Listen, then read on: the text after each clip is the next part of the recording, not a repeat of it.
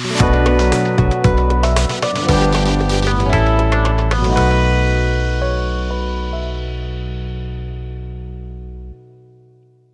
everybody, and welcome. Let's dive into a topic I think we can all relate to. Forgiveness. It's something we all deal with, right? Forgiveness, huh? Yeah, whether it's forgiving others, or even those times we're wrestling with forgiving ourselves. Yeah, that can be tough. So we're going to unpack this whole forgiveness thing, and we've got some pretty fascinating sources to draw on. We've got Joyce Meyer, and she's got this really powerful story about how forgiveness broke these cycles of anger in her own family. Wow. And then we'll also hear from Lysa TerKeurst and even dive into some academic research. Okay. And we're going to top it all off with the work of this guy, Colin Tipping. Have you heard of him? I've heard the name, yeah, but I haven't read anything yet. Okay, cool. Well, you're going to like this. What fascinates me about forgiveness, when we really start talking about it, is that it seems so simple, right? Like, just forgive. But then you start to, really dig into it, and it's like, whoa. Yeah, it gets kind of deep. It gets complicated. It's like, we all know we should forgive, right? But actually doing it, that's a whole other thing. Totally.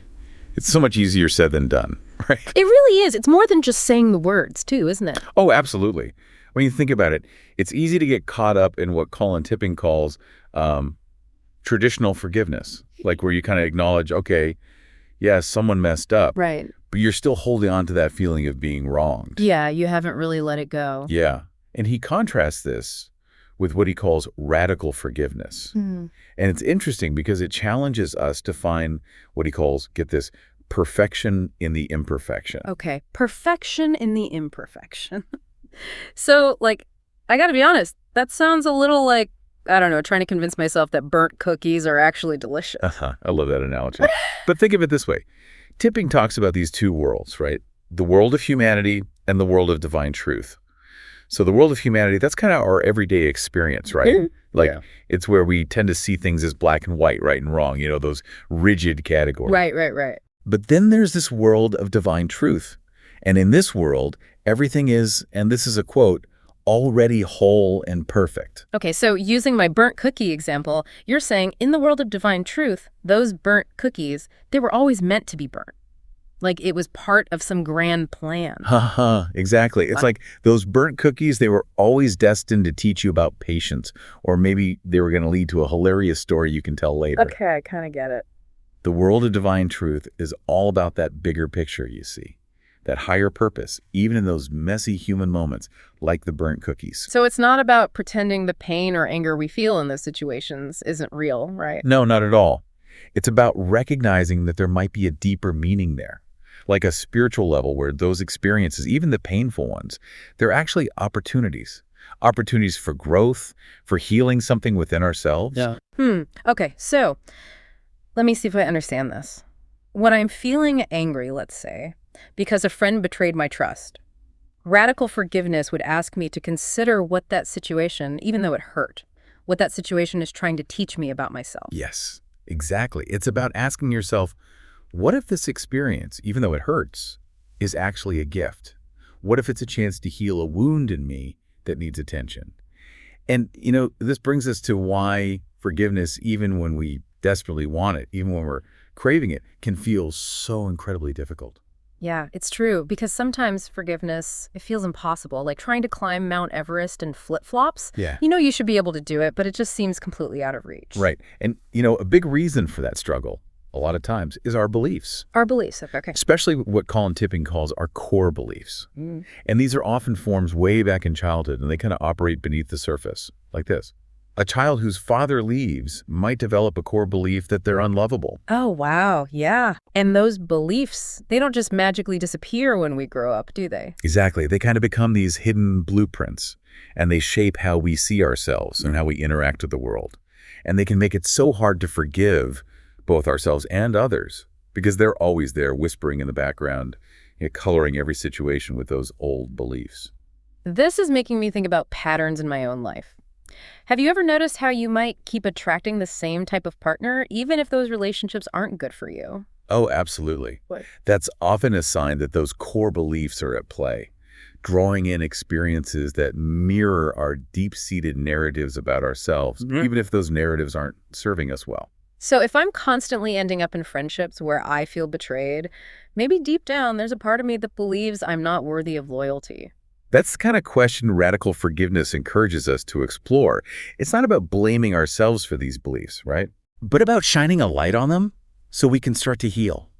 Because think about it, when we heal those core wounds, we often start to see those unhealthy patterns change. We attract healthier relationships because we begin to embody a different, more empowered belief about ourselves. Speaking of core beliefs and how they kind of shape everything, we've got to talk about self-forgiveness, right? I mean, let's be real. Sometimes the person we need to forgive most is ourselves.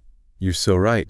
And it's often the hardest kind of forgiveness, isn't it? Totally. It's like those past mistakes, they just stick with us. They're like on replay in our minds, like this never-ending highlight reel of all our worst moments. And Lysa TerKeurst, she gets this. Like, she talks about how we carry the weight of those past mistakes. Ah, Those if only I had moments that can really stay with us for years. it's so true. And the longer we hold on to those regrets, those what ifs, it's like they just get heavier and heavier.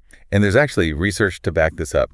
There's this book, The Handbook of the Psychology of Self-Forgiveness. Wow. And it really digs into this connection between self-forgiveness and our mental well-being. And get this, studies have even shown a link between a lack of self-forgiveness and things like depression and anxiety.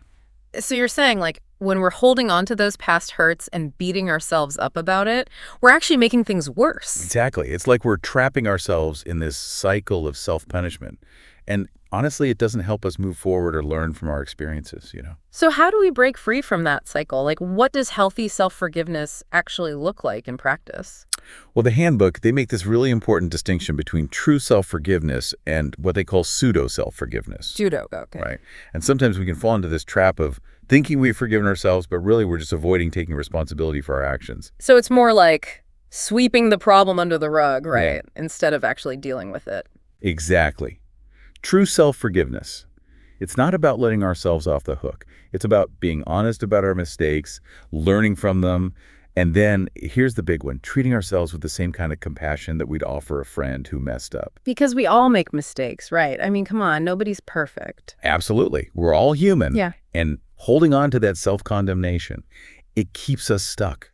True self-forgiveness, it's about recognizing that we deserve our own compassion just as much as anybody else. This is so helpful. Okay, so we've talked about why forgiveness is important, but how do we actually do it? It's one thing to say, oh, yeah, just forgive, but it can be really tough to put it into practice. You're so right. It's definitely not always easy. It really is a practice, something you got to cultivate over time. And luckily, we actually have some really practical advice from our sources for this. Yeah. For example, processes of self-forgiveness at work. They outline what they call the 4 R's of genuine self-forgiveness. 4 R's. I like it. Right, catchy. Right. So those are responsibility, remorse, restoration, and renewal. Okay, break those down for me. What do those actually look like in action? Okay, so responsibility. It's about owning our part in the situation, no minimizing, no blaming others, right? Right. And then remorse, it's about feeling that genuine sorrow for any harm we've caused. Not just saying the words, but really feeling it. Right, right. And then there's restoration. So this is about taking action to make things right. Right. Whether that's apologizing, trying to make amends, or just changing our behavior moving forward. Making it right. Yeah. Exactly. And then finally, renewal. And this one's huge because it's about that commitment to move forward, but with this renewed sense of self-compassion and this willingness to learn from those mistakes. I love that this model, it's like it gives us something to actually work with. It's not just this vague idea of like, go forgive yourself, It's a process. It's got clear steps that we can actually take. Exactly. It makes it feel more doable. Ah. And there are other practices that can be super powerful too. Have you ever heard of Ho'oponopono? Vaguely. It sounds kind of like, I don't know, a tropical island or something. But I'm pretty sure that's not right. You're right about that. It's actually an ancient Hawaiian practice of forgiveness and reconciliation. And the really cool thing about it is that it's so simple. It involves repeating these 4 phrases. I am sorry, please forgive me, thank you, I love you. Okay. And you can direct these phrases to another person, but you can also use them for self-forgiveness, or even just for situations where you're feeling stuck or resentful. So I can literally just repeat those phrases, and that helps to cultivate forgiveness. It's not like magic or anything, but the simplicity of it is part of what makes it so powerful. Those phrases, when you really mean them, they can help to kind of clear out negative energy and create space for a more compassionate and forgiving state of mind. The book of Ho'oponopono, it explains that behind every event, every single situation, there's a hidden memory. And by repeating those phrases, we're kind of tending to those memories. We're releasing the pain that they're holding. That makes so much sense because, yeah, our reactions to present situations, they're often rooted in those past hurts, those old memories that we're still carrying around. Yeah, it's wild how those past experiences can still have such a hold on us, even if we don't realize it. It's true. We carry all those memories, the good and the bad. Yeah. But the good news is we also carry the potential to heal from them. That's where practices like Ho'oponopono can be so powerful. Speaking of powerful practices, we were talking about A Year of Forgiveness by Tina Louise Spalding earlier. Was there anything in there that really stuck with you? You know, there was this one lesson, lesson 198, and it really hit me. It says, "Only my condemnation injures me." Oh, that's good. Such a good reminder, because we can get so caught up in judging Totally. ourselves or other people, but really all that judgment, it just creates more suffering for us. It's so true. It's like that saying, holding on to anger is like drinking poison and expecting the other person to die. You think you're punishing them, but really you're the one who ends up hurting. Exactly. It's wild, right? And that brings us to something super important. Forgiveness, in all its forms, forgiving yourself, forgiving others, it's really an act of self-care. Ooh, I like that. It's about choosing to release ourselves from that pain from the past so that we can move forward, with more freedom, more peace in our lives. This conversation, it really is making me feel that sense of freedom. Like forgiveness, it's not about letting the other person off the hook or anything. It's about letting go of that resentment so that we can actually be free. Yes, Yeah. exactly. And when we do that, when we let go, it allows us to break free from those negative cycles. The anger, the blame, the hurt, all that stuff. Remember Joyce Meyer's story about how forgiveness, it literally changed her family. Like it broke those generations of anger and violence that they had been carrying. Oh, yeah. Her story is so powerful. It just shows you how forgiveness, it's not just this personal thing. It can create ripples of change, not just within ourselves, but in the world around us, too. And it brings us back to that idea from Colin Tipping that everything we experience, it reflects our inner world in some way. And if we really lean into that, the idea that our experiences are like a mirror to our beliefs, then forgiveness, well, it becomes about more than just the other person. It becomes this really profound journey of healing within ourselves. So if I'm constantly finding myself in situations that make me angry or resentful, it could be a sign that there's some inner work I need to do. Like maybe I'm holding on to some old beliefs that are holding me back. Exactly. Those experiences, they're like little messengers. They're showing us where we can offer ourselves more compassion, more understanding, where we can heal. This has been an amazing conversation. I feel like I have a totally new understanding of what forgiveness really means. It's not weak or passive, Right. It's actually this incredibly powerful and courageous choice. Yes. It takes guts. It's about healing and transforming ourselves from the inside out. 100%. Well, on that note, we'll leave you with this. Think about it. What could be different in your life if you really embraced forgiveness? Not as a chore, but as this pathway to healing and transformation. Like, what if you approach those tough situations, those relationships that drive you crazy, with a little more curiosity and a little less judgment? What if, instead of feeling like the victim, you decided to step into your power as someone who can actually create change through the act of forgiveness? It's something to think about. And hopefully this deep dive has given you the tools and inspiration you need to start exploring that for yourself.